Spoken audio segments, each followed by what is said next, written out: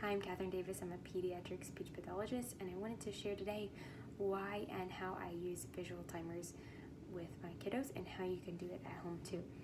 So if you can see, there we go, I'll move a little bit. I've got one going in the background on my computer.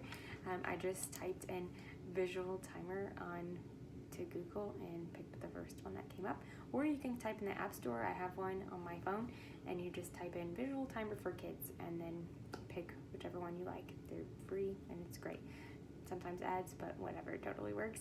So as far as why I use them, so as with any visual, it just helps kiddos to understand the expectations and to know what's coming, and it helps with transitions.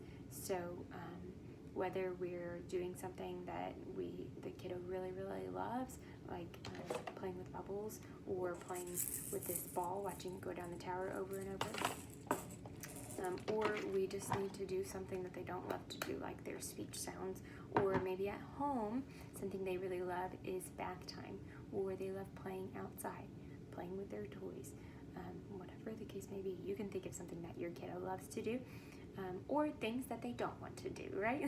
Like doing our sight words or reading, or just any structured activity, perhaps after they've had a long day at school or it's the weekend or whatever the case may be, right? Or even with the littler ones, like cleaning up, okay?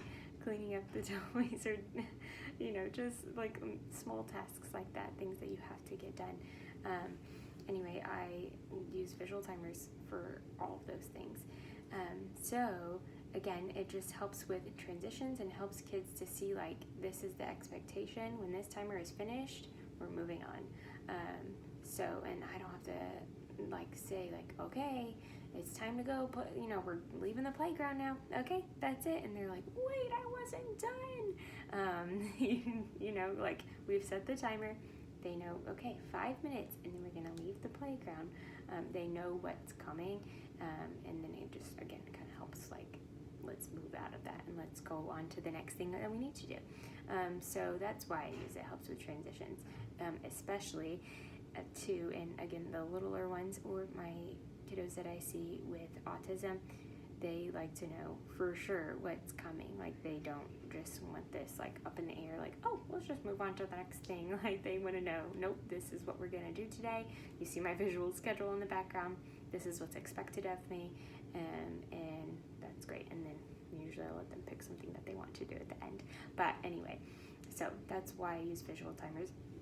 As far as how I use them, so a couple of things. So if we're participating or doing something that we love to do, I made this. This is another visual that you can use as well, just to help simplify it and to keep you from having to say it over and over and over.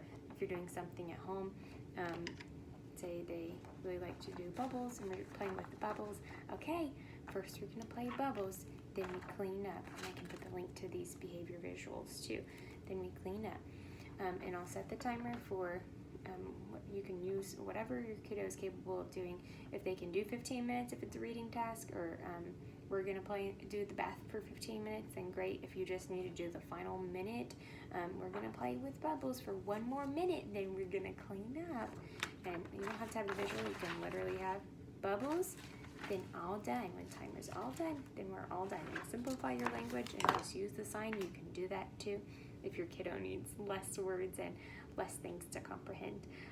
So anyway, I refer to the timer. I'm gonna start the timer when it's finished. When we're doing something that they love, when it's finished, we're all done. And then refer to it. If it's like a 5-minute timer, halfway through, I'm like, oh man, we still have 2 minutes. If we're doing something we love, we still have 2 minutes. Oh, let's keep playing. Just to get the kiddo to check in with the timer, because eventually they'll start to see okay, I know when the timer's set, and they will start to check in with it and see what's going on, and they know the expectation of what the timer's for. So anyway, during something that they love to do, I also use it for things, like I said before, that they don't love to do. So maybe we need to do our speech sounds. So first we're going to do our speech sounds, then we're going to play bubbles. But first we're going to do speech sounds. We'll do it for 5 minutes, and then I'll set that timer if you need to do sight words, like I said, reading, whatever the case may be. We're going to do this, and then we're gonna move on. And then again, that's where you can refer back to the timer, like especially if it's a long, you need to do your reading for 15 minutes, like 5 minutes through, oh man, look how much time has already passed, let's keep going, and just make it exciting and keep going. So that's how I do it. I just tell them that I'm starting the timer, push start. You can let your kiddo push start on it, but I wouldn't let them have the access to like adding more time or pushing the buttons, too much of that, just because you want to remain in charge, right? You're the adult, you're setting those expectations. This is like what we need to do. Again, it helps communicate that clearly to your kiddo without like having to say it over and over and over, give them too much verbal information to process, and it just helps them understand, like, again, expectations, and to help transition into the next activity so they know what's coming. Anyway, again, you can find that on the App Store. Just type in Visual Timer for Kids, and let's see what else. These, I will put the link to these behavior visuals just because I referenced them. I'll probably make another video about them too. And then this, you could probably type in on Google first, then visual. I just print them off like it's just a piece of paper. Super simple. If you have any questions about that, let me know. Put it down in the comments, and good luck. Look, and there goes my timer. Can you see it? Oh man, here it goes.